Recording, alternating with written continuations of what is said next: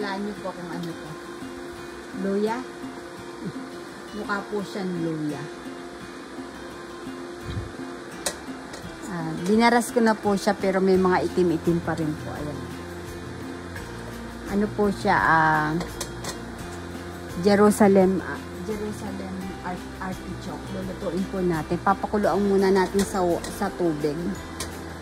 Tsaka po natin gagawin chips.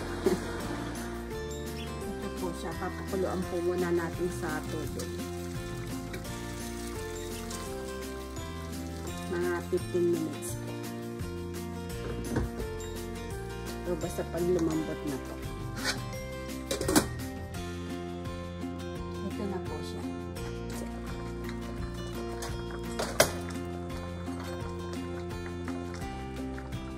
Lambot na po siya. Papatayin ko na po. Pinatay ko na po ang kalan. Ito na po siya. Pinugasan ko po ng cold water tsaka binaras ko po ulit. Ito na po siya. Kinat ko na po. Ini-slice ko. Tapos pinugasan ko po ulit.